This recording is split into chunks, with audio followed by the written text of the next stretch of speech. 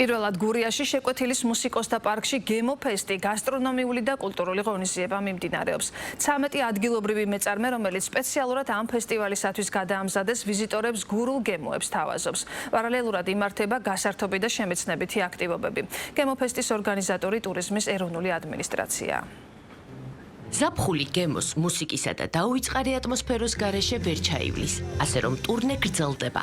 ამჯერად გემო ფესტს გურია მასპინძლობს. შეკვეთილის მუსიკოსთა პარკში მისულ სტუმრებს 2 დღის განმავლობაში გემოების ნამდვილი დღესასწაული ელოდებათ. გასტრონომიულ და კულტურულ ფესტივალში მონაწილეობას 30-მდე მეწარმე იღებს, ყველა მათგანი გურიის რეგიონიდანაა. ისინი სტუმრებს ტრადიციულ და ნაკლებად ცნობილ გურულ კერძებს გააცნობენ. ჩემ კერძს ქვია ჟორიკოს კრივანჭული და იმიტომ დავარქვი რომ მინდა რომ კრივანჭული ამღეროს ჩემმა კერძმა. ცნობილ კერძს წარმოადგენ, ეს არის ბურძისკულა და კიდევ წარმოადგენ ღომის ქათასა და ქათმის ჩახრაკულს.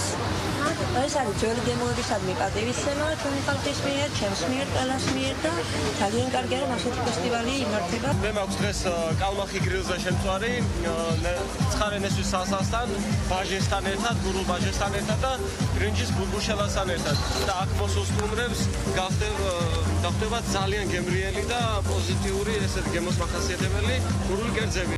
ფესტივალზე ასევე მოწყობილია სხვადასხვა გასართობი თუ კულტურული სივრცეები, კვებისა და ღვინის ბაზრობა, სადაც სტუმრებს საშუალება აქვთ დააგემოვნონ და შეიძინონ გურული პროდუქტები. ღონისძიებას თან ახლავს მუსიკალური პროგრამა და გასართობი აქტივობები. ტურიზმის ეროვნულ ადმინისტრაციაში აღნიშნავენ, რომ გურიის რეგიონს აქვს პოტენციალი უფრო მეტად მიმზიდველი გახდეს როგორც ადგილობრივი, ისე საერთაშორისო მოგზაურებისთვის.